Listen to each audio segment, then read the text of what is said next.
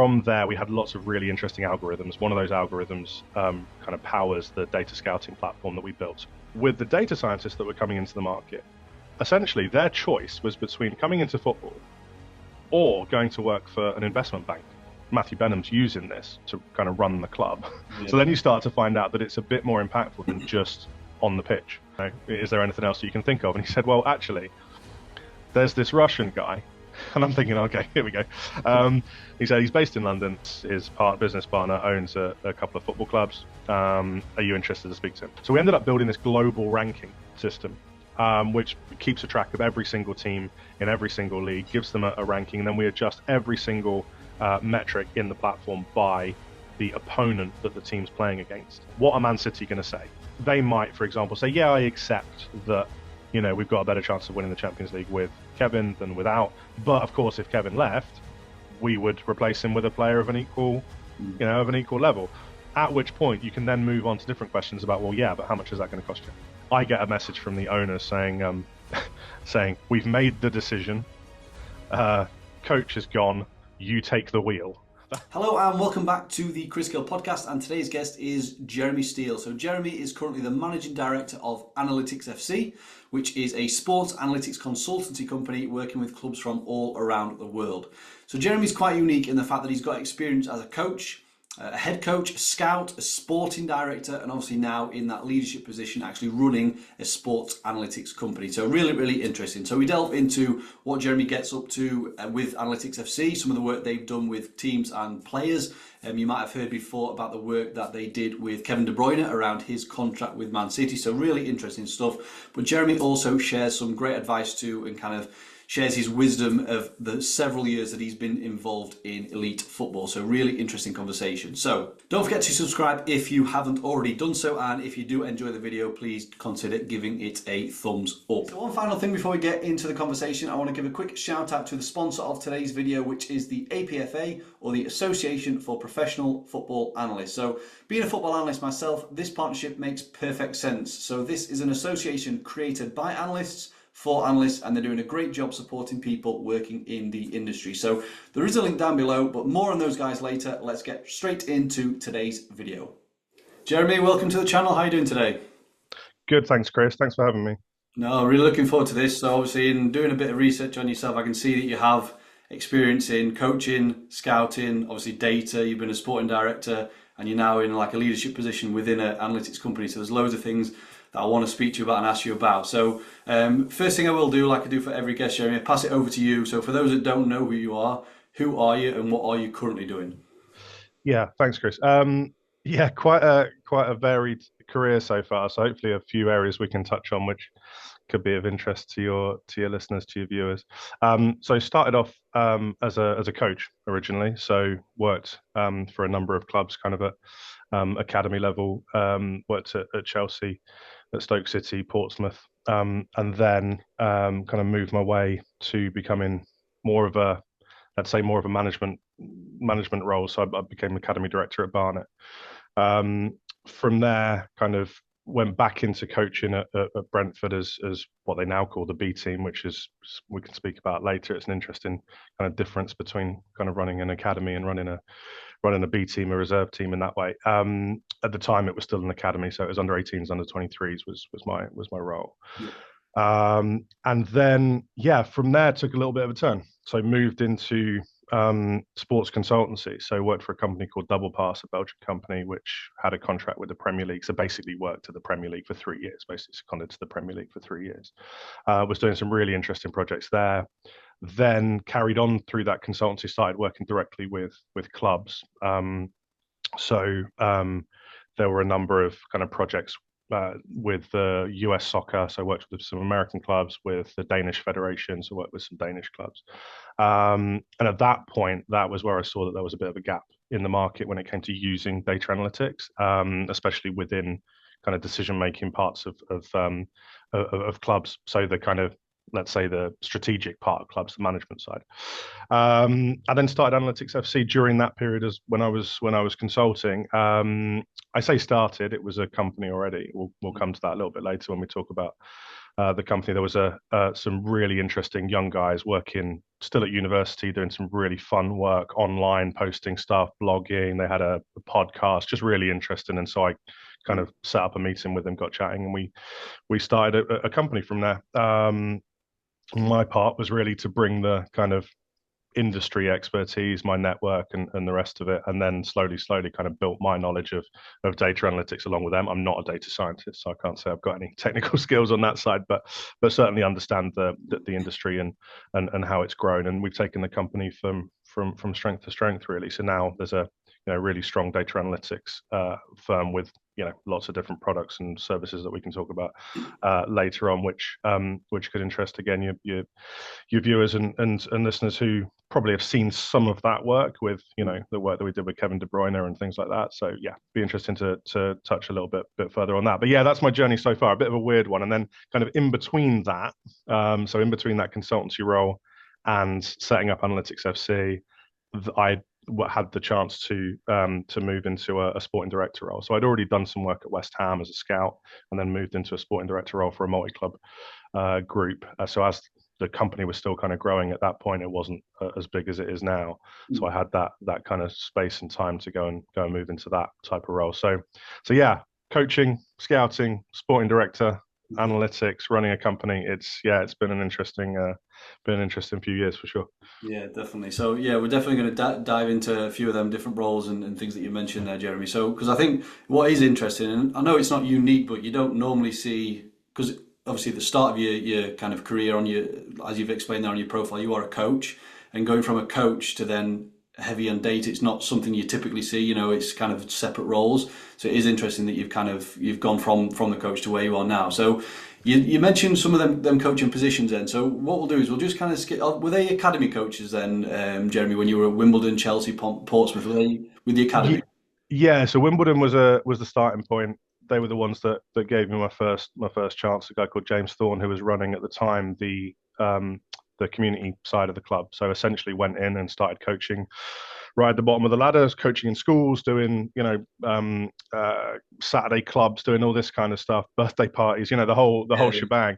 But what was great about that football club was it was a growing club. I mean, I got to say, I loved working at Wimbledon. I thought the ethos of the club was fantastic.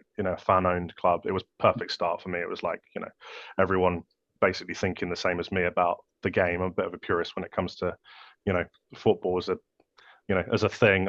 The business of football, I think, is a bit grubby, but Wimbledon at that time was just so refreshing and kind of new. So that kind of fan ownership structure was great. The people there were fantastic, and actually gave me an opportunity to kind of grow within that. So got my experience, started coaching at the kind of foundation level, and then kind of volunteered for stuff basically, which ended up then getting paid. So I volunteered for the under 16s, volunteered for the under 18s, volunteered for the reserve team. They ended up kind of liking the work that I was doing, and then I got a paid role doing those things. And then James Thorne, who at the time was also working at Chelsea, and the other person who was working at Wimbledon as an under 18s coach for a short period of time, but who was also working at Chelsea, was Michael Beale. So those were the two people that kind of guided me towards doing that stuff. And then I got a job at Chelsea with them, so I went to start doing coaching at Chelsea's academy, and Michael was certainly a mentor when it came to that. And I think a lot of coaches at that time who have gone on to do really good things will say the same thing, that Michael was a real influence on them. So seeing how successful he's been since then. I know he's going through a bit more of a kind of tumultuous time of it right now since the Rangers and obviously the Sunderland role, which didn't go well. But I mean, look, a good coach doesn't become a bad coach overnight. I'm sure he'll recover and go on and do some really good things. So, but yeah, certainly people like that were kind of shaping the way that I was moving through, and then went from there to a number of other coaching roles. So, yeah, Stoke City, Portsmouth, various others before coming back as an academy director with Barnet. So where did because you said yourself you're not a data scientist, so when did data enter your thought process? You mentioned Analytics FC at the early stages. Where did that come back? Because I'm presuming you're not doing pitch control and all that sort of stuff with the Wimbledon Academy. So where does that come in? Yeah, I think that was at Brentford. So when I was doing the B team at Brentford, I'll keep saying B team just because it fits into the model that they've got now. But they had a full academy running, and I think the staff that were there at the time, and especially the analytics staff or analysis staff, were extremely talented. All of those guys are now, Zarius Desai is the head of performance analysis for the Welsh FA. You've got people like, um, God, who else? You've got Luke Lazenby who's working at Manchester United. You've got, basically that entire department is all working for either Premier League clubs or working for the FA. It was a really talented group of staff. And what was nice about that was every morning as a coach, you come in and, okay, you've got certain tasks that you've got to do to get your session sorted, speak with the sports science staff and get organised. But what was nice is there was a bit of an open door policy when it came to the analysis staff. So there was this analysis room with a load of computers in it. The players were allowed to go in there and interact with the staff, and but also us as coaches felt that we could go in there and interact with the staff. So you basically have a coffee in hand, waiting for the players to get ready, get changed, do their prehab. And I'm there throwing just ridiculous questions at the analysts. Like, for example, expected goals started to be talked about, and I'm like, "What's this expected goals thing? Explain it to me. Tell me what this is. How do we use this?" It took me ages to get my head around it, and you kind of discussing different things about coaching. Can you measure this? What would you do to measure this? How would you give us some numbers for this? How can I communicate this to players? And we started discussing this sort of every morning over a coffee with the analysis staff. And what was great about them was that they were so open to getting things back to you. So what would happen is I'd ask a stupid question, as coaches do, and then they'd come back in the afternoon and say, "Oh, I've got a load of clips for you, and I've got a load of data for you to show you." And I'm like, "Oh, we didn't have to do that. I wasn't asking for that." No, we really want to discuss it with you. So I'd end up having these kind of afternoon sessions after finishing training with the analysis staff, explaining to me what these things were, showing me video examples, showing it from training. This is what we can do in terms of training. You could implement it here. You could do this. And then you end up kind of integrating that into the way that you work. So actually, that was probably the eye opener. From there, you start to have discussions with some of the senior staff about, well, is that, Matthew Benham's using this to kind of run the club. Yeah. So then you start to find out that it's a bit more impactful than just on the pitch. Yeah. So you've got this kind of combination of stuff where I wanted to use the data for the pitch. I wanted to use numbers to try and help the way that we were developing players. And sometimes it can be a real eye opener for players. Like, things like asking a player how often do you reckon, the best player in the world beats his opponent? So I think we were looking at Lionel Messi's data on dribbling, and I think he beats his man, or at the time beat his man like 35% of the time or something. So 3 out of 10, basically. And they're like, "Oh, I don't know, he probably beats him 7 out of 10 times." You're like, "No, it's 3 out of 10. He's unsuccessful more than he's successful." Yeah. And you tell that to a young winger, and he's thinking that he's being unsuccessful on the pitch by not beating his man every time. And suddenly he realizes that it's not even the best players in the world are not beating their man every time. So yeah, just kind of using numbers from a coaching perspective. And then that kind of led to the more strategic discussions of, well, hold on, if Matthew's using this to get an advantage over every club in football, basically, is this something that, I can use in the future and kind of develop? And so already the ideas were kind of ticking around in my mind about, how can I turn this into something really advantageous? And I think there was a gap in the market at the time, which was useful. Yeah, nice. Was because I've had Luke Stopforth on the channel. So he would have been there as well, wouldn't he? I suppose. Exactly. So there was Luke, and there was Neil Makalagi, who was his boss at the time, who actually went on to work for Rangers with Michael and with Steven Gerrard. Actually, or was he before that? Maybe he was before that. Anyway, he'd moved to Rangers, and Luke took over his job as the head of analysis at Brentford, and was there for a fair period of time. But yeah, Luke's another really talented guy. Yeah. Nice. So obviously on Brentford, then let's kind of mention the B team. So I think they reopened their academy now, haven't they? But in terms of at the time, obviously it was quite a big deal where the team is totally just closing their academy and going with this different model. So what can you explain about that, Jeremy? Because you've had kind of the roles with Double Pass and obviously the sporting director, I'm sure that's kind of links in. But what's your thoughts on that approach to how they played it in terms of closing their academy? Yeah, that's a good shout. I left just before that happened. So probably about a year, was it a year, maybe 10 months before that happened. So I heard all of it, obviously, from all the staff that I used to work with. But if I'm honest, it's a bit of a funny one for me, because having gone into that world of data analytics, having understood, even at the time, kind of understanding what Matthew was trying to do, and then seeing what he'd done with the academy. It's a bit of a split kind of, I don't know. Part of me was intrigued and was like, yeah, I get it. I kind of see his philosophy behind it. Mm. The other side of me is a little bit annoyed about the way that the club communicated that.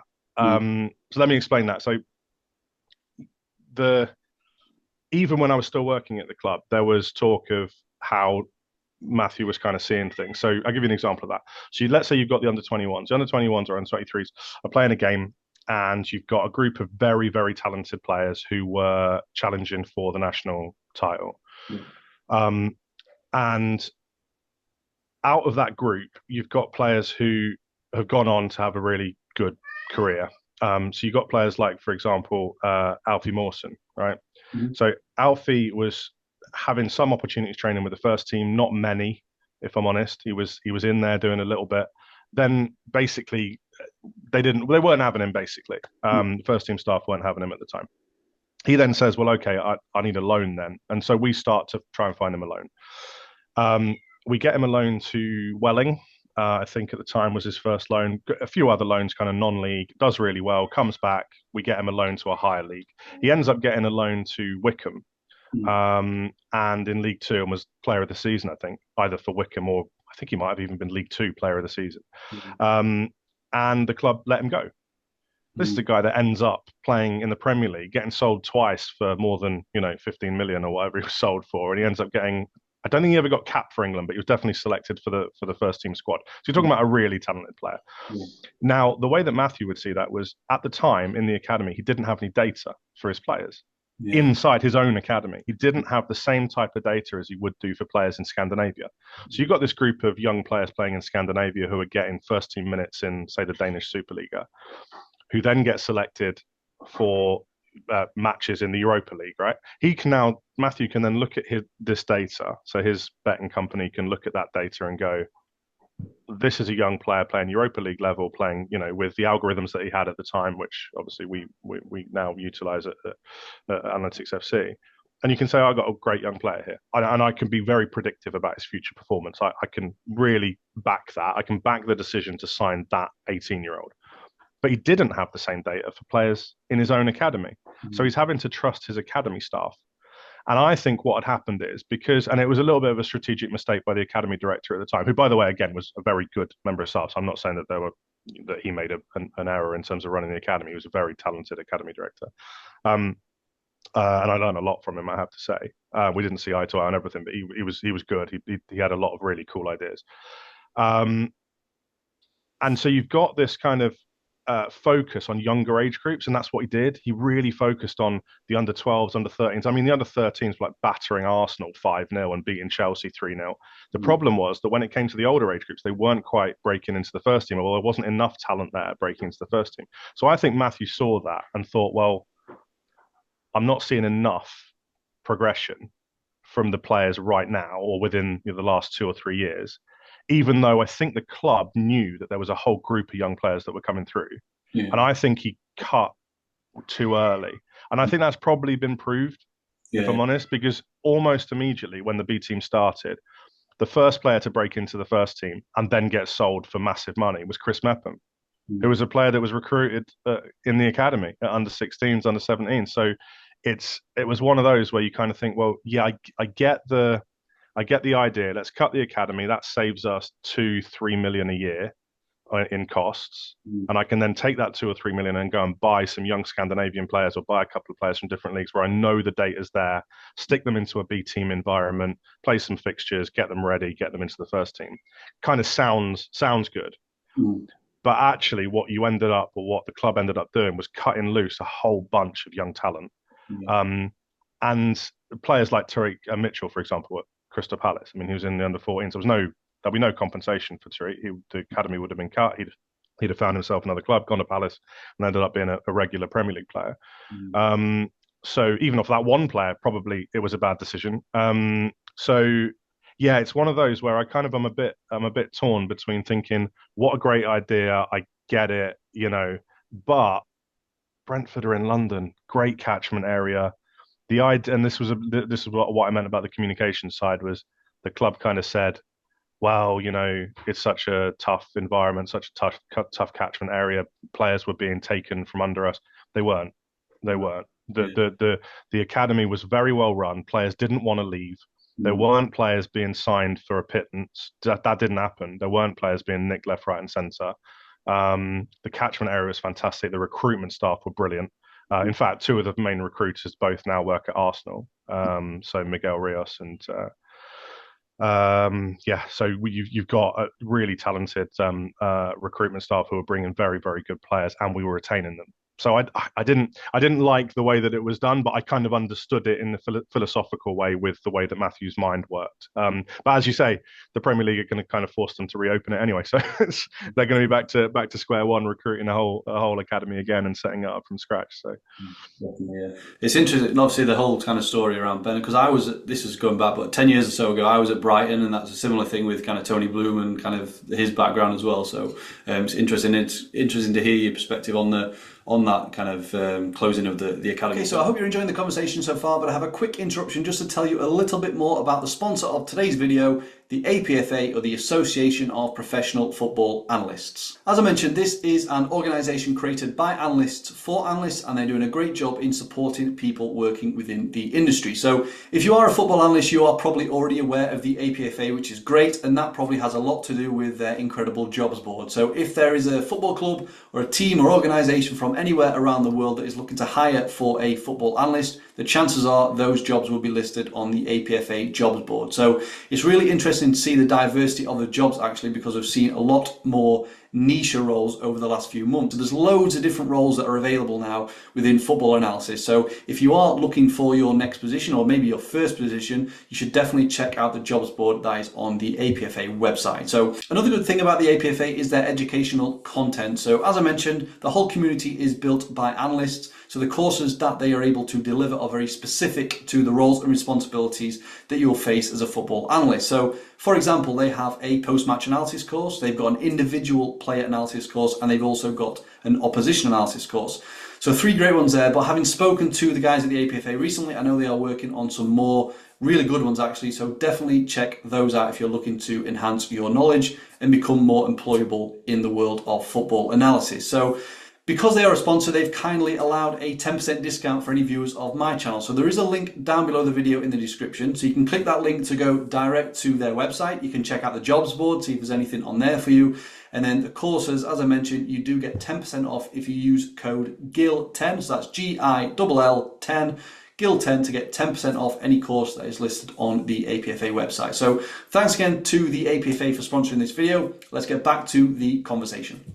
What we'll do, Jeremy, if it's okay, so a lot of people that watch this channel are also interested in kind of scouting as well. So one of your roles that you've listed is first team senior scout at West Ham United. So this came after Brentford, yeah, and you've mentioned here, so I'm just going from your profile here, Jeremy. So working under Slaven Bilic at the time, and Director of Recruitment Tony Henry, to compile scouting reports on first team opposition, as well as provide specific player scouting reports and recommendations. So how did that role come about? Did you know Slaven? How did it come about first off? And kind of we'll just delve into a little bit more about what you did in terms of those reports if we can.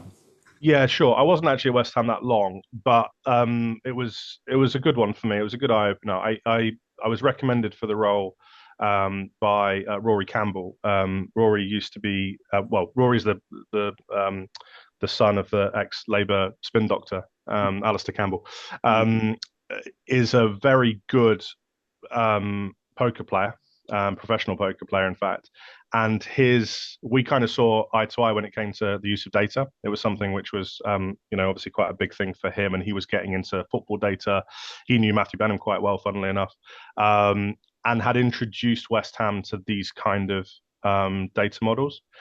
He brought me on board as a scout, and then worked under Tony Henry as the head of scouting. So yeah, enjoyed the role immensely. So let's say, I'll try and give an example of a kind of a day in the life. So pre-season, we were looking at Arsenal, for example. First game of the season or second game of the season was against Arsenal that year. Went to the Emirates, was watching a pre-season tournament where they were playing against Lyon, I think. And essentially, you're kind of breaking the game down into. So there was the first thing to say is that West Ham had a kind of set structure of how they wanted the reports to be written. At the time, it was written directly into Y Scout, so you submit your reports into the Y Scout system. And yeah, basically looking in possession, out of possession, looking at kind of different trends. But it was quite what I quite liked about it was quite open, as in they were looking for your interpretation of things that were going on, looking at strengths and weaknesses of the opponent. So I noticed, for example, that there was I think it was Xhaka and someone else playing defensive midfield at the time for Arsenal, and they were leaving massive gaps in front of the back four. So there was huge spaces in between the lines. And the lad at the time for Lyon, can't remember his name, but he really, I mean, Arsenal won the game relatively easily, but he got on the ball a lot and looked really, really dangerous in front of the back four, playing that kind of number 10 role. And so that was something that I brought up in the report. And funnily enough, that was something which West Ham took advantage of and actually beat Arsenal in one of those opening games. I can't remember which season it was now, 20, whatever the year was that I started working there. So the information is then relayed back to the coaching staff. Coaching staff are then able to do their work during the week based on some of the ideas that are being pulled out of that report. But as I say, kind of in possession, out of possession, set pieces, strengths, weaknesses of the opponent, sort of really focusing on things that are practically useful for the coaching staff. Then they take that on board. Then that gets given to the analysts. The analysts are then able to watch the game back, take clips out based on some of the things that are in the reports, and those clips are then presented back to the coaching staff, who can then use that during their weekly work. So nothing crazily complex. Wasn't loads of use of data. In fact, hardly any use of data from my end. That was really a kind of pure football scouting job for me. It wasn't one where we started to utilize data. The data stuff mainly was used from Rory's perspective into Tony Henry from a scouting perspective, on a player scouting perspective, recruitment perspective, and that data was pretty integral in signing Dimitri Payet. So obviously Rory takes a lot of credit for kind of utilizing that. He wouldn't have been on the radar of the club without without that kind of data input. Yeah, nice. So you mentioned a few things there in terms of set plays, in possession, out of possession. Just in terms of a little bit of advice while we're on the topic of scouting reports then, Jeremy. So for those that are maybe earlier in the journey and they are looking to get into scouting or improve their reporting style, or what's included, what would you say are the key components if I was wanting to go and watch a team and just basically do what you've done in terms of an opposition report? What should I be focusing on that maybe some people miss out on, or some important things? Well, I think structuring it in a way that makes sense to coaching staff is probably the most important one. So coaching staff tend to see the game in terms of game models. So, in possession, out of possession, transition, defensive, transition, attacking, set pieces. So the basic kind of phases of the game. But what I would say is keep it simple. I've read a few reports. There were some that were kind of floating around online from Jose Mourinho's days, when I think Andre Villas-Boas was writing reports for him. I remember looking at those and thinking, as a coach, I just couldn't have read through all that. It was just so wordy. It was so detailed, to the point where I was like, well, I think a lot of that would have been missed. So I think keeping things simple, keeping things visual is a really good one. So that's something that we try to add to scouting reports, is some kind of either a clip. Oh, look, if you've got a great analysis department and you hand it over to them and explain to them, which points of the game, at 30 minutes and 20 seconds is a great clip of the thing that I'm talking about here. So we'd always reference kind of points in the game. But yeah, the alternative is obviously to do that yourself and pick out clips or stills that show the thing. But keeping it simple is the biggest thing. I mean, if you can provide a head coach, and having been a coach, I know this, when someone brings me a massive report, I'm like, well, that's going to be difficult to get through every single. I just don't have the time, during the prep of a week. Whereas if someone comes to you with a one pager that says bang, bang, bang, that's what I'm telling you. And as long as you trust that person, once that trust gets built up, I think that's the most important thing, is being able to discuss with someone, to be able to show them that you're good at your job. And then after a while, you kind of just go, well, I assume they know what they're talking about. So if Mm. they've told me that those are the three bullet points, that's the headline stuff that we need to be looking at. You just trust that and go and do it. Do it on the pitch. Do it in terms of your team selection. And really kind of bounce off the work that they've done. So that I think that's the key thing is being pretty straightforward, being visual, being not being too wordy, keeping things really kind of simplified. That's what I think your line manager, which is normally a coach or a head of scouting, will be looking for from someone bringing that work. And I think that's the same thing, by the way, when we talk about people doing that work online Yeah. and trying to showcase their work. Like, you can do a massive report that's 30 pages. No one's going to read the 30 pages. Whereas if it's a, 2 or 3 page report, you think, well, that was well presented. That was well put together. That looked professional. Mm. Then yeah, I think that gets people's attention. Yeah, definitely. Right, so we've done coaching, we've done a bit of scouting there. So let's jump to your time as a sporting director, Jeremy. So this is in Cyprus. So this one to me looks quite a random one. So I wanted to ask you how this came about. So because again, it's interesting actually because it's not out yet, but I recorded an episode yesterday with and it was all about multi-club ownership. So this links in nicely with that. So yeah, if you can just tell us how this came about and what that kind of entailed, really, Jeremy. Sure. So yeah, so one role that we didn't speak about yet was the role at Double Pass. So it was a Belgian consultancy company who had contracts with various federations. As I say, I worked with the Premier League for 3 years. So that contract was mainly to do with the what's the terminology? Audits. So Yeah. basically, we were doing academy audits. Mm. So the way that academies are licensed in the UK is based on categorization from 1 to 4. So most Premier League clubs are a Category 1 academy.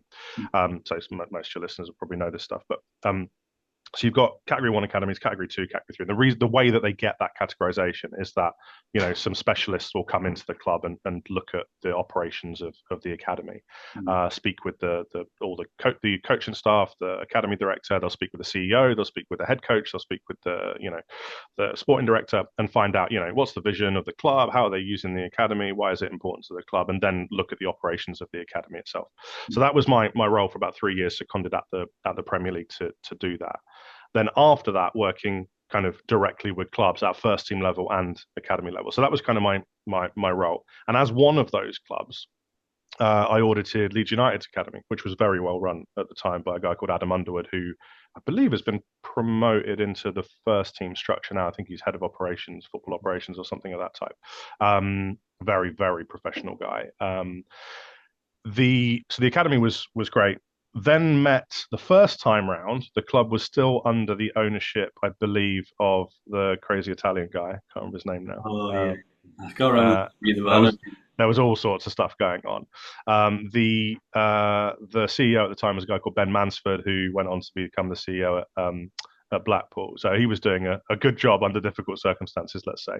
And then the second time I went back to revisit the club was after they'd been bought out, Mm. and after they had a new sporting director, and the new sporting director was Victor Orta. Mm. Got on very well with Victor. Obviously, I'd started Analytics FC by this point. We were talking about data a lot. We were talking about how he was using it, etc., etc. So got on really well with him. And then, as my contract was running down with Double Pass, I thought, well, okay, what's my next step?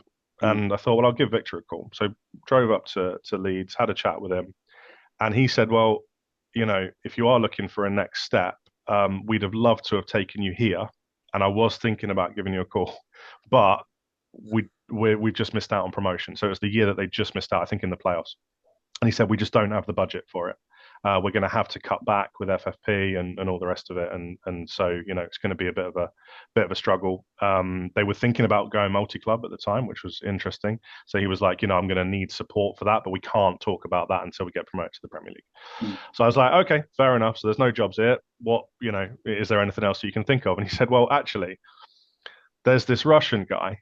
And I'm thinking, okay, here we go. He said he's based in London. He owns his business partner owns a couple of football clubs. Are you interested to speak to him? And I thought, well, Okay, why not? So I go for a meeting with him in London. He's a British citizen now, so it was Russian, now British citizen. Mm. Um, went to speak a guy called Roman Dublov. So went to speak with him, and yeah, he kind of sold the dream of there's a multi-club environment that we've got. We own Riga Football Club in Latvia, who are the champions, who are playing in the European Champions League qualifiers in the next few weeks. We've got a club in Cyprus, which we're trying to build into a kind of regular European qualification club. And then we've got a couple of other clubs dotted around. So they had one club in Russia. They had a club that they had a link with in Brazil. They got a club in Africa as well. And so I thought, well, okay, this is interesting. This is something which could be really quite fun. So yeah, I basically thought, well, why not? Contracts coming to an end with Double Pass seems like an interesting project to get my teeth into. I can start to integrate the data work that we do with Analytics FC. I can use my background as an academy director to kind of build the academies across those clubs and try and interlink them together. And obviously, in terms of the scouting side, I can link up those things. So basically, taking a number of different skill sets and plugging them into one, which I think really is actually, if I'm honest, is where the sporting director role should be, Yeah. and it's not. Let's be honest, in a lot of cases, and I can kind of expand on that in a second. But yeah, so ended up flying to Cyprus, and that's where one of the clubs is based in Paphos. And the day I arrived was the same day that they signed. So I wasn't part of this signing, but subsequent signings were based off my recommendations. Was Jason Punchin. So I arrived the same day as Jason Punchin arrived in Paphos, which was interesting. So money was being spent on older Premier League players as well as players from all around the world. And in the end, we took players like Paolo Sarriuri, who was the captain of Finland, who's a top guy as well as a very very good player. And yeah, lots of interesting players in the Cypriot league, but mostly in that older kind of age band. And that was what I felt was the project, was to do something new with that particular club and sign younger players who could have a sell on value, who could we use the data to find undervalued players, and we did that to a certain extent. It was a very difficult environment to work in, but yeah, players like Oni Balakari, for example, who's now a Finnish full international, and well, they ended up extending his contract and spending a lot of money on him. So I imagine that the money was too good to turn down. But that was a player that really should be playing in a top 5 league by now. But yeah, there are various players in that league who are starting to move on and get fair transfer fees for. So I hope you're enjoying the video so far, but I have a really quick interruption for anybody with an interest in video analysis. So if that's you, please do click the link down below the video for In Play Online. So just to give a quick overview, because I think it'll be relevant to a lot of people that are watching this particular video. So In Play Online is a cloud-based video analysis software. So it allows you to tag your videos, and when you've done your tagging, that includes adding labels, adding comments, adding notes and voice notes even, and you can even illustrate and draw over your clip. So if you are an aspiring analyst looking for your job and you want to create a portfolio of work, if you're a scout looking to make your kind of reports a little bit better and more animated, if you're a coach looking to get into analysis a little bit more, then this tool will be great for you, because it starts at just £15 a month. So once you've done your analysis, you can add all the clips to different playlists, which can be downloaded and exported offline. You can put them into presentations and also share them to different people within your team. So it comes with a whole bunch of other features, but I'll let you click the link down below if you are interested. As I say, packages start at just £15 a month, so it's a very affordable solution if you are looking for something to help with your video analysis. So that's it for the interruption. Let's get back to the video. Right, so in terms of then the general roles and responsibilities of a sporting director, so I've only had Mark Cartwright, sporting director at Huddersfield Town. I've had him on. He told me about his role, so I'll link that below for anyone that wants to check that out. But it seems to me like the sporting director role is heavily skewed towards recruitment, but then I also want to touch on what you said there in terms of maybe it's not how it should be, the role. So what did you mean by that, Jeremy, and can you expand? Yeah, good question. So the sporting director role, people think, and this is the first part of it. People think that in Europe there's a much more defined role for sporting directors because that name of the role has been around a long time. That's not really my experience of it.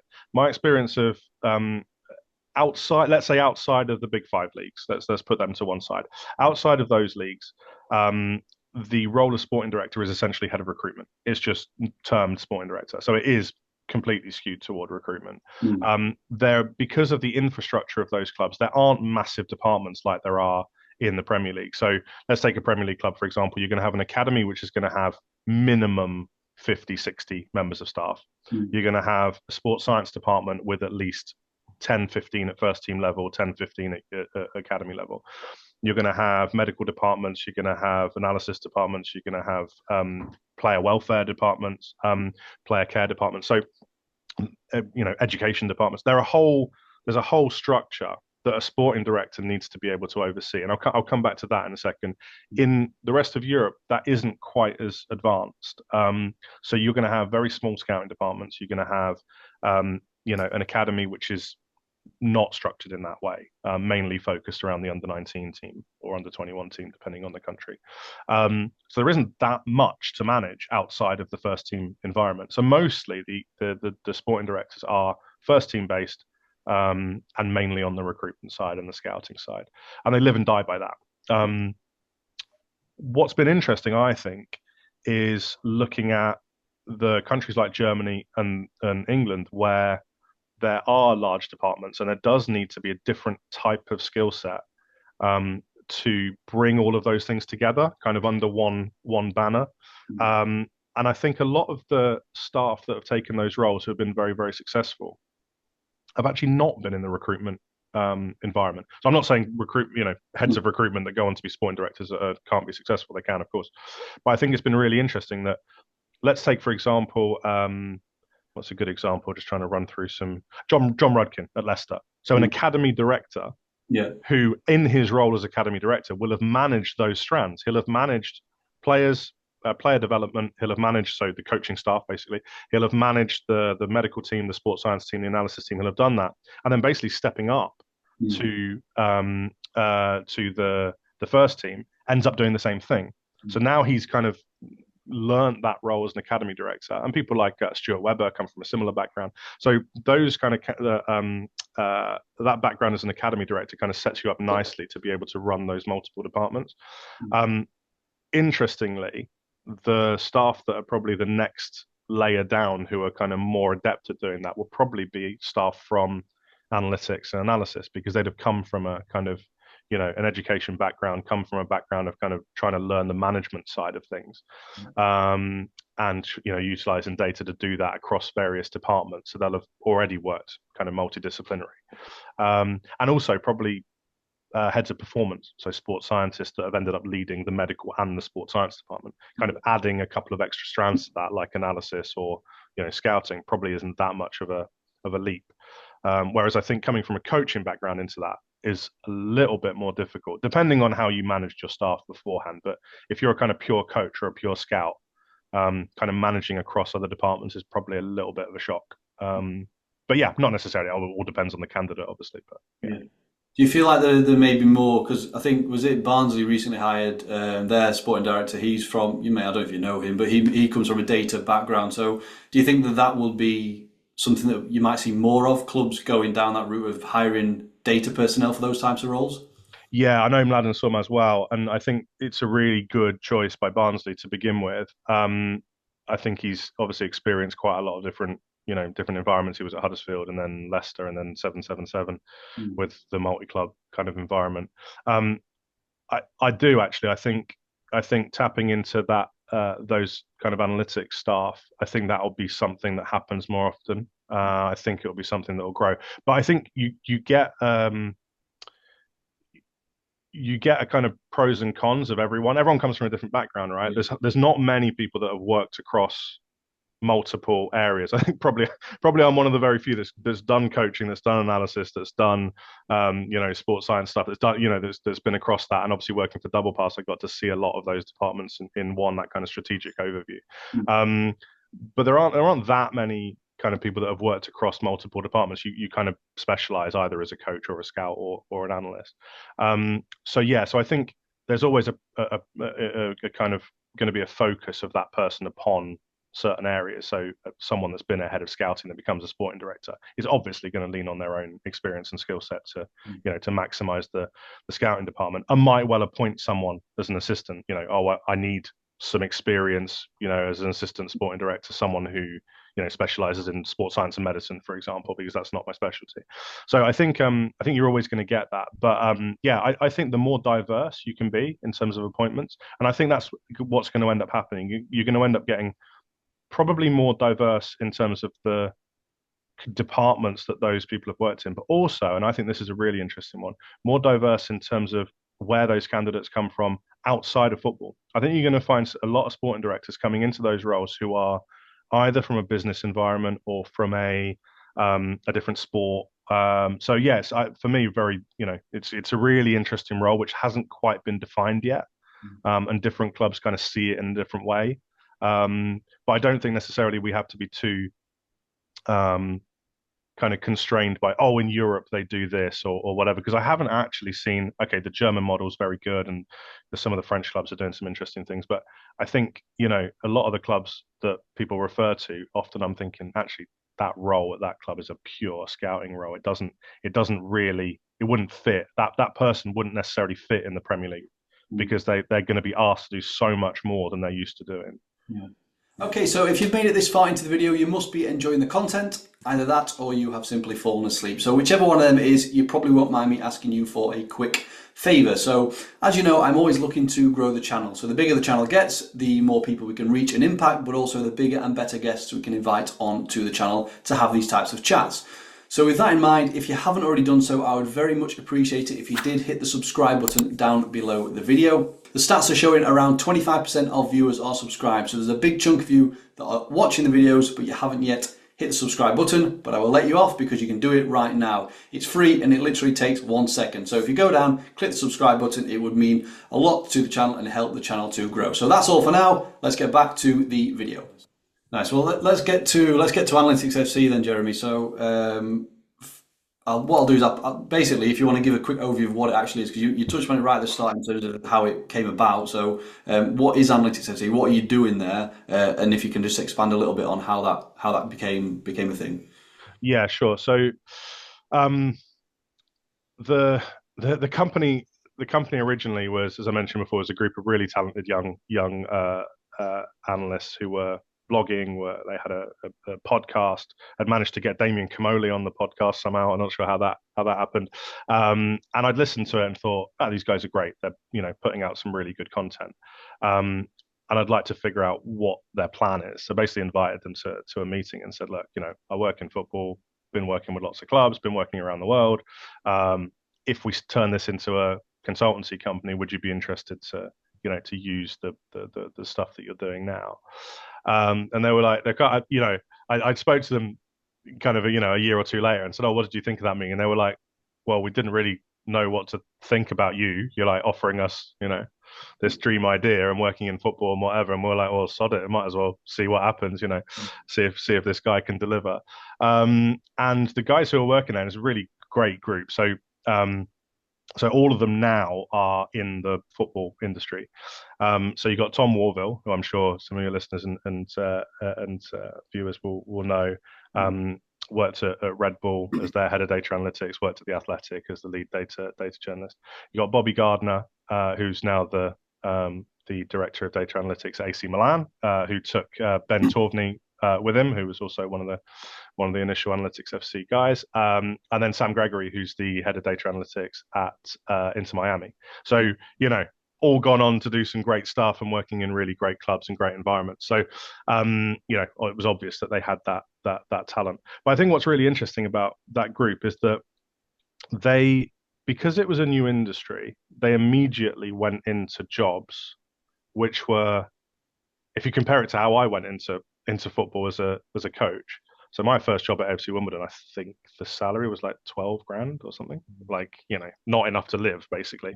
But you do it because you want to coach and you want to be involved in football and all the rest of it. For these guys, it was different.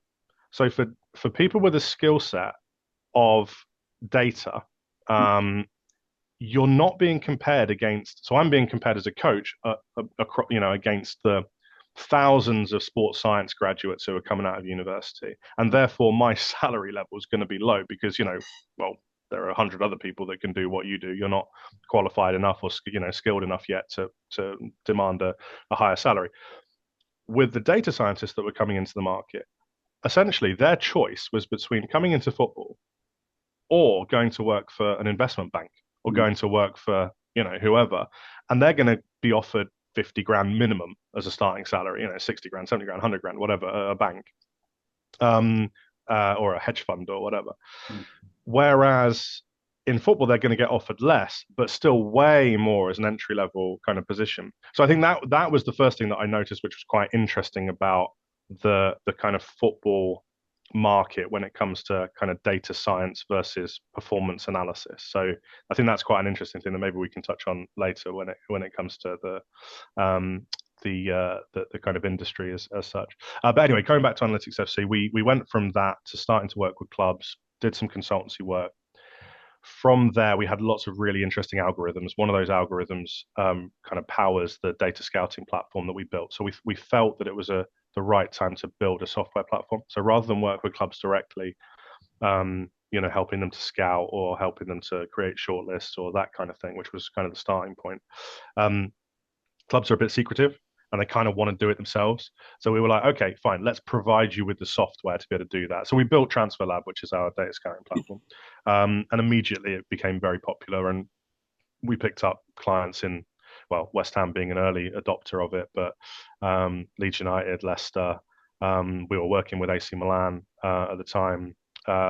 And then since then it's grown. I think there are like 55 clubs worldwide that are using it. So clubs in Brazil, Grêmio and Santos and Vasco da Gama. There's clubs in Europe who are using it, HJK Helsinki and Sparta Prague and Atalanta and various clubs. So yeah, it's been good growing that out. And then after that, since then, we've kind of diversified a little bit because we felt that we wanted to go back into the consultancy side to support clubs because we felt, I mean, having done that sporting, so I'll give you one example.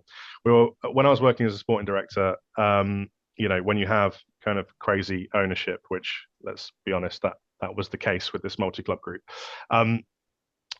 They decided that they wanted to sack the head coach, who was a Croatian guy at the time. As sporting director, I felt the stability was a better idea. And having brought in kind of 16 players in the transfer window, I felt a bit sorry for the head coach.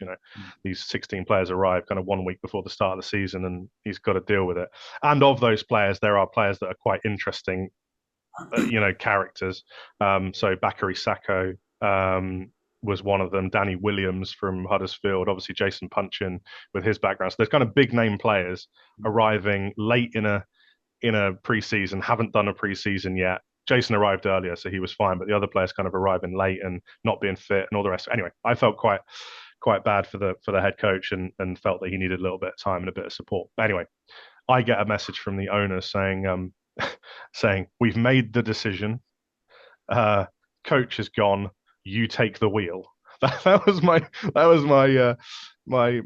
text message that I received, which I subsequently realized meant that I was going to take the first team. So I was coaching the first team for the next 5 games as caretaker, at the same time as trying to find a replacement head coach in my sporting director role. And what I found was another really good example of the process of trying to find a head coach. Where do you start? Especially in an environment where you don't know it as well. So, okay, if you're in an English market, you might know a lot of the head coaches. You might have seen games with, their team quite often. So you might have a kind of mental list of people. But in effect, you're starting out in terms of trying to find some numbers and trying to find some information. You're trying to look at like Transfermarkt, look at all the free agent head coaches that are out there and figure out which ones are going to be more likely than not to accept a role in Cyprus, in terms of the salary, in terms of the league, et cetera, et cetera. And what you end up with, and it's a really weird thing, is you end up looking at those numbers and thinking, well, okay, I've got some information here. But what you end up with is looking at, win ratios and goal difference ratios and things. And you end up with the same coaches. It's just all coaches that have coached for good teams. It doesn't tell you whether they're good coaches or not. So you end up with a list of ex Dinamo Zagreb coaches or ex Red Star Belgrade coaches. And for me, that didn't that didn't sit right in terms of trying to find objective information to do that. Now, in the end, I kind of fell back on my previous role with Double Pass, where having done all those audits with academies in England, I got to meet pretty much every under 23 coach in the country and interview them as part of the audit process. I actually got to sit down for an hour and a half and find out about their philosophy and how they work and watch them coach. So I was able to fall back on some of that knowledge, and we ended up appointing Cameron Toshak, who obviously previously was the under 23 coach at Swansea, and since then has been assistant with Jesse March at Leeds and all the rest of it. But we took him as head coach because I remember from the time thinking, well, if I get the chance to appoint a head coach, he would certainly be on the shortlist. He was very, very, very good. So I kind of fell back on my previous experience. I didn't really use data for that particular appointment. And when I came back into kind of Analytics FC, full time after that role as a sporting director, I felt, well, every other sporting director in the world must be thinking the same thing. The head coach gets sacked and they think, well, where do I go from here? How do I make this decision? How do I pull together information which is actually objective? And so we started a service called Coach ID, and Coach ID essentially is using coach data, using performance data to identify coaches who are underperforming, overperforming their budget or overperforming, the expectation of their team, looking at their playing style, looking at, all the things that you'd want to know as a sporting director about the market, and being able to pick out coaches that, well, that guy fits what we're looking to do. This guy fits what we're looking to do. And so basically that's where we've kind of pivoted to, is to supporting the decision-making processes of clubs. So hiring a head coach, squad management, to do with budgetary management as well, in terms of how over a 3-year period you're trying to build your squad up to a position where you can challenge. Obviously using Transfer Lab data in terms of player, predictive player performance data as well. Lots of aspects of that are around that kind of senior management, kind of running of a club. Loads of interesting things you can do with that. And even things, like, for example, we were helping a federation recently to identify players all over the world who are of that nationality. So it's another really kind of fundamental question to how that federation is going to recruit players, but is something which they won't have had data for until then. So they were finding that there were players in America who had nationality, second nationality. And they were like, oh, we didn't realize he was eligible for us, and he's already been selected for that country's under 21s. So unless we move quickly and kind of, have a discussion with him and try and cap him or whatever, then we're going to miss out on a talented player. So even things like using data for kind of identifying players kind of worldwide for a federation, these are all questions which kind of arise from federal. Oh, can we do this? Can we do that? Can we do that? And that's essentially what Analytics FC is now. It's a company that kind of answers questions, builds models for, to answer those questions. And then, it, kind of services kind of grow out of that, rather than us kind of coming in and going, right, well, there's your data model for that, and there's your data model for that, and that's finished. That's what we offer. So it kind of works the other way a little bit. No, that's interesting. I do have a question on, you touched a little bit on Transfer Lab there. So I think when I was scrolling through, there's a new version somewhat recently. I just wanted to ask you about, because in the text it said, in short, instead of league adjustments for player metrics, adjustments are now based on team strength. So that adds obviously to greater sophistication, etc. So can you just explain what that is and what that means in the software, really, Jeremy? Yes, this is a really, really good example of one of those questions that popped up. So we were working with Rangers for a long time. So we were kind of helping them on, building their data analytics department. And I remember having this discussion with them about Transfer Lab. And at the time, inside of Transfer Lab, we were adjusting all the on-pitch scores of the players by the league that they were playing in. So a Premier League player would obviously be adjusted slightly up and compared to, I don't know, a player in Croatia. So let's say a Dani Olmo playing for Dinamo Zagreb, his kind of score had a threshold, so he couldn't quite, he couldn't get higher than a certain number because he was playing in Croatia. And then obviously when he moved to Germany, then his numbers could go up. But everything was adjusted by the league strength, which works. It works in the way that if you're scouting the world, then you need those kind of models to kind of adjust based on the level that the player's playing at. Otherwise, you're going to get some, I don't know, superstar in Moldova come out on the first page alongside Messi. This is not what you want. So it's just supportive in that sense. What we realized, though, was that it kind of made assumptions or made some assumptions which weren't quite accurate. So it was still helpful, but you had to kind of take into account that, for example, and the best example is with Rangers and the Scottish League. So let's say we were saying that the Premier League is tier one, so that's your top group, and tier one would be Serie A, Bundesliga, Premier League. If you're saying that Scotland, well, what tier is Scotland? Well, okay, Scotland's tier four, let's say. But that's not really true, is it? Because Rangers and Celtic are probably tier two, maybe even the bottom end of tier one. But Livingston, with all the possible respect in the world to Livingston, are probably tier five, tier six. So this kind of idea really kind of got into our brains a little bit, to the point where we're like, well, let's do that. Let's adjust for that. So we ended up building this global ranking system, which keeps a track of every single team in every single league, gives them a ranking, and then we adjust every single metric in the platform by the opponent that the team's playing against. So, let's say Man United are playing in the FA Cup against Sutton, then if a Sutton player scores against United or does something special against United, or does an action, that action will be adjusted up because he's doing it against better players. And the United, let's say, I don't know, Rashford scores a hat trick, that will be worth less in terms of the outputs. His shot outputs will be adjusted down because it's against Sutton. So this is the way that the platform works, and it does it across every single match, every single metric. So it's a really nice way to do it. And I think one good example would be, when in Europe the league split in half. They do that in Scotland as well, but the league split in half. In the second half of seasons, you often get one or two clubs that haven't quite reached the championship group, and they just batter everyone. For the second half of the season, just batter everyone 5-0. I think FC Midtjylland did it last year. They didn't qualify for the top group, and then the second half of the season, they won like every game 5-0. And what ends up happening there is that by the end of the season, you're looking at FC Midtjylland players going, this guy scored 25 goals in 20 games. That's absolutely fantastic. But actually, what you don't know is that he's done most of that against all the poorer teams in the second half of the season. So again, this is the kind of nuance that I think clubs are looking for now in terms of the data models that are out there, and I think we've been able to provide that. That's just one example of the kind of nuance that we've been able to provide to clubs. Nice. So in terms of the landscape of analytics consultancies, because obviously you guys are not the only one, and it seems that there are more and more over time. So how do you find, or how do you think that will change over time, and are teams more? Because you mentioned earlier in terms of secrecy from clubs, are you finding that they're more receptive to outsourcing it to a consultancy company like Analytics FC than they maybe were before? Yeah, I think yes and no. I think if it's an analytics company that's just solely based or solely focused on recruitment, I think the answer is no.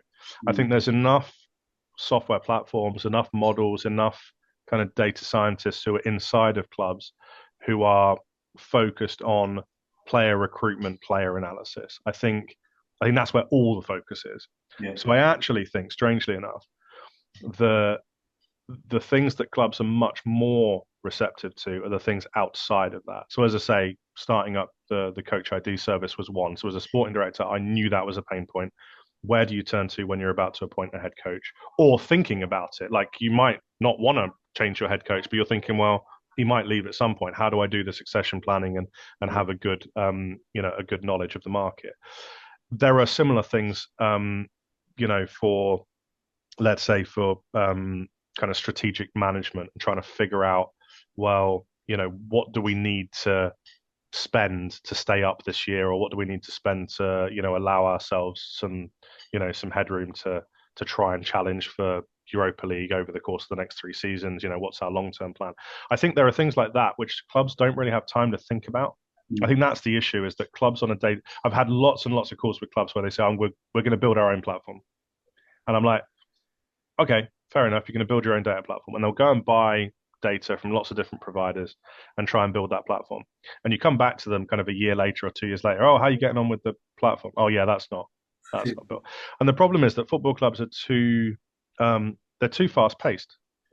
So, a data scientist or even a software engineer, because data scientists are not software engineers. So you get a software engineer in a football club who then starts getting asked questions about stuff. Oh, can you build this? Or can you do this, or the data scientists will get asked, oh, can you do a report on this player? The day to day ends up preventing things from being built long term, and so it's really problematic for clubs. So I think more and more they're looking outside because they know that they can pay for that service, get it built, and then it's done. It's not something that they have to worry about internally. So I certainly think that's the case at the moment, but not for the things that you'd think. So not for player analysis, not for scouting. Those things really are kind of internal, and it's I think clubs have got the either the external platforms or the internal expertise to be able to cope with that part of it. Yeah, cool. So, obviously, you've touched upon the coach ID. One other thing that I want to ask you around is the kind of the contract stuff. So, obviously, one thing that people may have seen got some press at the time was the work you did with Kevin De Bruyne and around his contract negotiations. I don't know how much you can say specifically about that one, but maybe you've got some examples that you can, share a little bit about how does that kind of work come about? Are you kind of working with a player? Are you working with the agent? And what kind of stuff are you actually looking at, Jeremy, to do a project like that? Yeah, sure. That was a really fun one, actually. We did. I'd love to say that we sat in a room, kind of brainstormed this great idea of working, doing data analytics directly with players, and it really fell in our lap, which was great. So we got recommended by a friend of ours that was working in Belgium. He was working at Ghent, David Smulders, who's again, was really, really good scout. Put us in touch with the lawyer of Kevin. He contacted us and said, "Look, Kevin would like this information. He'd like to know about this." And yeah, and we thought, well, okay, this is quite a cool project. Let's do it. Didn't really think that much of it, if we're honest. We kind of did the project, gave it back to them, presented back, and then about a couple of months later, maybe even 3 or 4 months later, we see that it's all gone. It's gone global. Basically, the media are all over it, and the kind of headline is, De Bruyne negotiates contract without agent with data. Mm. And I'm like, oh, well, that was us, wasn't it? That was us. So I phoned the lawyer and I'm like, was that what you used? And he was like, yeah, yeah, yeah. I was like, are we allowed to talk about it? And he said, yeah, of course, yeah. Obviously, can't give all the details of the report, but yeah, of course, talk about it. And suddenly that blew up. And since then, we've done projects with. Some of the ones we're allowed to talk about. So you got Hector Bellerin with his move from Arsenal to Betis, with Alex Greenwood and her contract negotiation at Man City.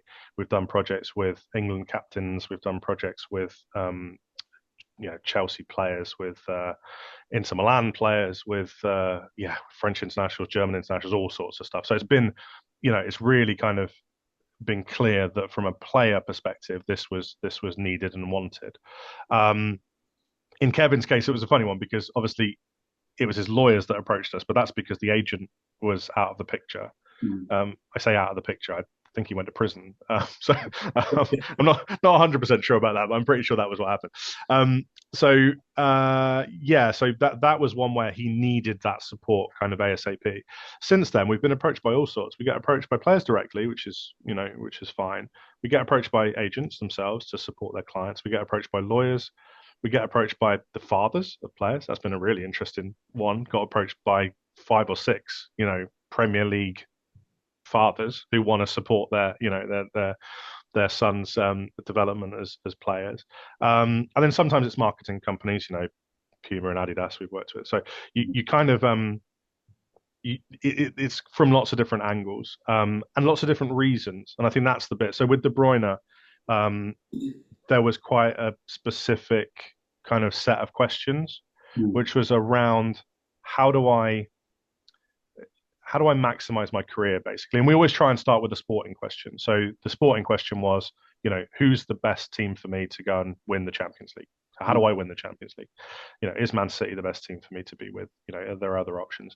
And then we start to build models around that to try and answer some of those questions. So we can start to forecast, if you stay here, what's the chances of you winning the Champions League? If you stay here, what's the chance of you winning the Premier League? What happens if you move to this club? Can we start to forecast what the likely probabilities are for you to be winning stuff? And then also you then start to work backwards as to how's this negotiation going to happen? Like what are Man City going to say? So they might, for example, say, yeah, I accept that we've got a better chance of winning the Champions League with Kevin than without. But of course, if Kevin left, we would replace him with a player of an equal level. At which point you can then move on to different questions about, well, yeah, but how much is that going to cost you? What was Kevin's value at that time? X hundreds of millions to replace him, plus signing bonuses, plus all the other things that go with it. And of course, Kevin's not going to leave and move anywhere. He's going to move to one of your rivals. So their chances of winning the Champions League are now going to go up even further, as opposed to. So you can start to kind of layer on top the financial element on top of the performance element, because that's the bit that actually has value when it comes to negotiating a contract with a club. Like, you can go into a room with Pep and talk about the on-pitch stuff if you really want, but that's not going to be a very fruitful discussion about contract. They already know he's a good player. He goes into the room and says, "Oh, look, here's my XG shot map." Well, yeah, okay, great, but we already know you're a top player. It doesn't have a lot of value. Whereas if you start to layer on top, benchmarking against other players, looking at, well, if I sign, then you have X% more chance of winning this. This has X amount of prize money attached to it. All these kind of things are a lot more kind of beneficial in that negotiation phase. The Hector Bellerin one was a really good example of something which was quite different. So he came to us and said, "I get what you did with Kevin, really good, all kind of money oriented. I don't care about money." He said, "I'm paid very well by Arsenal. I don't know if I'm overvalued or undervalued. You could probably tell me that, but that's not really what I'm focused on. What I want to do is I want to qualify for the Spanish national team at the next World Cup. That's my kind of sporting goal. Can you tell me how to do that?" And we're like, "Well, actually, we don't have data models on that, but let's do that. Let's build that for you." So we started from scratch. We built data models completely from scratch, and it's more of a way of thinking rather than just let's take some numbers and kind of in this particular case, we're like, well, let's start from scratch then. How does a squad change from one World Cup to the next? Like in a 4-year cycle, how much does a squad change? And the answer to that, by the way, is not very much. So if you were, let's say it wasn't Hector Bellerin and it was a striker for, an English striker, what are my chances of playing for England at the next World Cup? Well, pretty much zero if you're not better than Harry Kane. Right. So, because that World Cup squad is not going to change very much, and Harry Kane's going to be the starting number 9. So you can kind of forecast, well, what are the chances of Harry Kane being the starter? What are the chances of him playing every match in that tournament? What are the chances of X, Y, or Z? And then you can figure out the chances of this individual being a starting number 9 for England. And it's kind of similar with Bellerin. The lucky thing for Bellerin was they didn't really have a starting fullback. They were playing Jesus Navas at right back at the time, who was obviously a winger by trade. And the other one, I can't remember who the other player was, but he was a central midfielder for his club.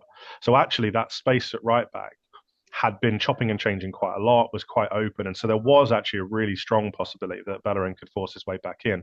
Then you start to do the analysis on where would he need to go to get that chance. And staying at Arsenal and being on the bench was not going to get him that task. So then you start to do forecasts on, what's better? Is it playing in the domestic league of the national team that you're, so, moving to Spain? Does that give him a better chance to get selected for Spain?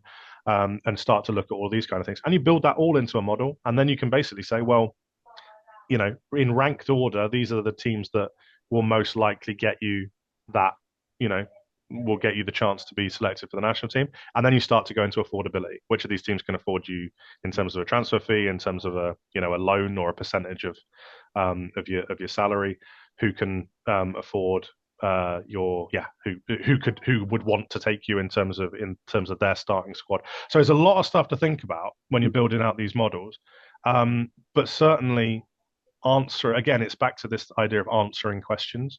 A player has a question. You can then build a report around that, build the models around that to try and answer those questions in a way which helps them to make a decision about their career. And that's basically what we've been doing with players for the last, I don't know, what would it be, 2.5 years now, since the De Bruyne case. Some of it's around contract negotiation, some of it's around career development, some of it's around kind of answering slightly, off-topic questions and about various things. But it's obviously each project is fascinating in itself, but working directly with players, and I've got to say, players are much, much more inquisitive than you think. Mm. They're smart. Players are smart about themselves and about football. They know themselves. They know football. They know the industry. They ask really, really good questions. And yeah, it's been that growing that side of the business has been really, really interesting. Yeah, that's fascinating. I think there's loads of things you can do with that, like you mentioned, but you can almost like reverse the recruitment process. For example, if I'm a player and I'm not having a great time at a club, I could then come and say, well, which club suits my style of play? Where will I flourish? Can you find me a club that fits these criteria? And so there's just another aspect. But yeah, that's really interesting, Jeremy. I enjoy. Yeah, absolutely. And funnily enough, we actually have done this kind of work for clubs. So clubs were asking us to kind of reverse engineer that process that a player like De Bruyne would go through, and kind of do the due diligence on the player for them. So look at what different um, scenarios could come out of this, and can you give us the numbers on how much this player might be worth, and what the fair market value is for them, and what kind of return on investment could we expect from a player like this if we were to sign him now and sell him in 3 or 4 years' time. All of these kind of questions that kind of come to mind. So you can kind of, as you say, you can kind of reverse engineer it from the player's perspective or the club's perspective. It's really interesting using data sets like that. Yeah, cool. Just a couple more, Jeremy, because I am cautious of time. We've been over an hour here. So, in terms of future trends, any prediction, like in terms of the analytics landscape within elite football, do you have any predictions? Anything that you think will change over the next few years, maybe further into the future? I think there's not going to be any let up in the recruitment of data staff. I think that's clear. Um, I think the difference probably is that you're going to, if clubs go for it fully, they're going to have to start to appoint data engineers, which is a little bit different than kind of data analysts, data scientists. You got kind of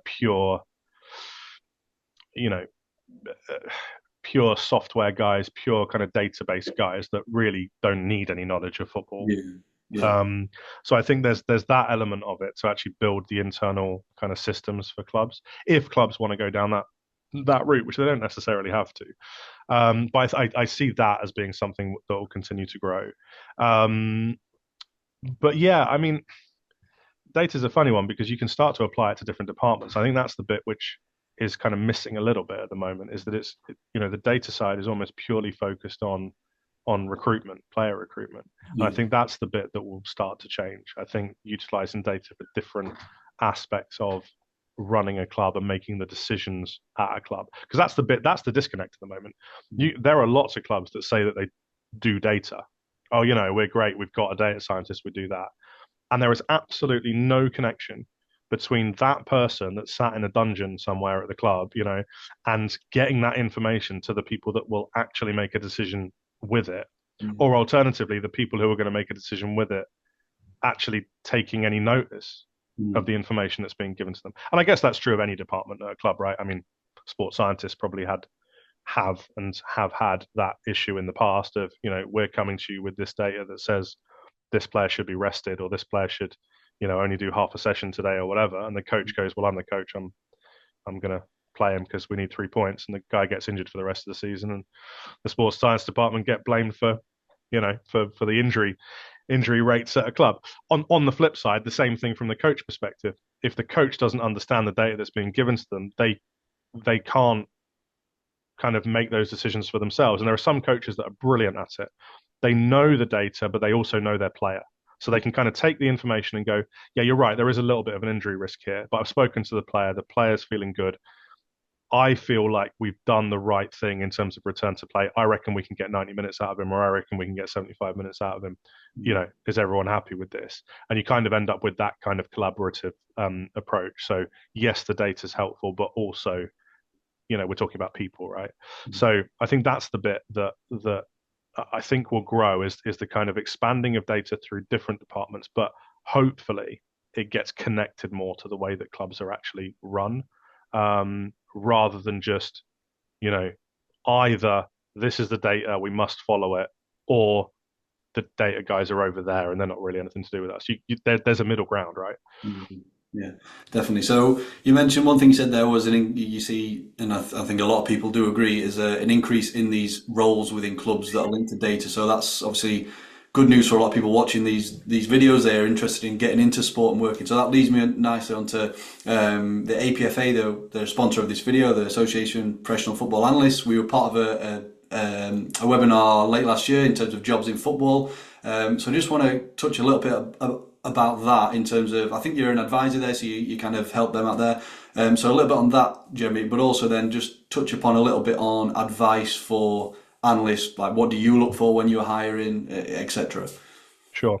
Yeah. So I'm on the advisory board. Was invited by Oliver Gage to join. And yeah, I was really keen to do so. I think for me, it's a big thing really is advocating for staff. Now whether that be analysts or sports scientists or coaches, I think they're often missed from the piece. Like when you go into clubs and you go into a club environment, it's quite brutal, Mm. especially at first team level, but even at academy level, it is brutal. There's an expectation that the player comes first, which is fair enough. It's football, and you want to win games and all the rest of it. So the service that's given to players is incredibly good, but the staff get completely missed from that. I'll give you one example of that. Um, so going back to my time at Brentford, the sports science department was an integrated sports science department, and probably still is because there's same staff there. So you've got like the first team strand, and then you've got the academy staff who have some roles within the academy, but everyone's kind of working together. Mm. Um, so, for example, you get the under 21s fitness coach.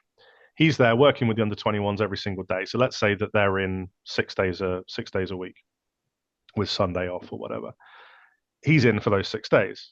Mm. In the afternoon, there might be, for example, a player who's injured in the first team who needs to have a run out. So he's done his work in the morning, done his rehab work, and then he's out on the pitch. Uh, and the fitness coach for the under 21s will be the one asked to go and do it. Oh, can you go and do a one-to-one session with this player? Same thing with the analysts. The analysts are told, oh, I need you to go and do these clips for this player or for this team or for this opposition or whatever. So you end up with staff that normally have a schedule, that is pretty tough anyway. 6 days a week it's only one day off a week. Um, and then they get asked to do extra bits, which might actually be on the day off. There was one where a member of staff got told, "Can you drive this player to this hospital to go and do a checkup on an injury?" And it was on the Sunday on his day off, so he comes in, drives the player. So the player comes first. Okay, yeah, the player comes first. But this member of staff that I mentioned, this fitness coach, is why it sticks in my head. I remember speaking to the academy director and said, "This guy hasn't had a day off for 23 days. Mm. He's worked 23 days in a row." Yeah. Like that, and no one really knew. Like the guy was like just doing his job, got told to do stuff, would do it. And so I think that's the kind of thing is advocating for football staff. So, with the APFA, the idea um, is to advocate for performance analysts who haven't really had a voice until Yeah. until now, who often are underpaid, overworked. Mhm. You see lots of adverts for internships, which I find hilarious. It's like an internship. What you mean free labor? And someone comes in and does that for a 12-month period. Now, I'm not saying that internships can never be useful. They can. It gets your foot in the door and whatever. But essentially asking someone to do a full-time job for no money is not great. So I think that was the initial kind of my thinking behind getting involved. And then the second part of that is really just trying to help people to understand the the industry, what jobs are available, what kind of things help you to get into certain parts of the industry. Mhm. So as I mentioned before, you've got that data analytics side where if you have that skill set, if you're able to learn coding, if you're able to learn those aspects of model building, you end up coming in at a slightly higher pay scale. If you're coming at it from a sports science perspective and you do like a performance analysis degree, I don't know, at Loughborough or Bath or wherever, um, and you end up coming through that angle, that's a little bit different. That's on pitch, that's video analysis and coaching. Really, it's kind of you'll be part of uh, the first team coaching staff if you want to do that role. But there are so many people coming through that role, and it's a skill set which is much easier to learn, essentially using a camera, clipping videos, that kind of thing. That your salary is going to be hardly anything. Even at Premier League clubs, you're going to come in and be paid not a lot. Doing the data science thing, you're not going to be integrated into the performance staff. You're not going to have that much interaction with the coaches. You're going to be in a separate room, with laptops, with whatever, and getting stuck into that side of it. So they're completely different roles with different starting salaries. The end point, however, is completely up to that individual once you're in. So, Michael Edwards started as a performance analyst.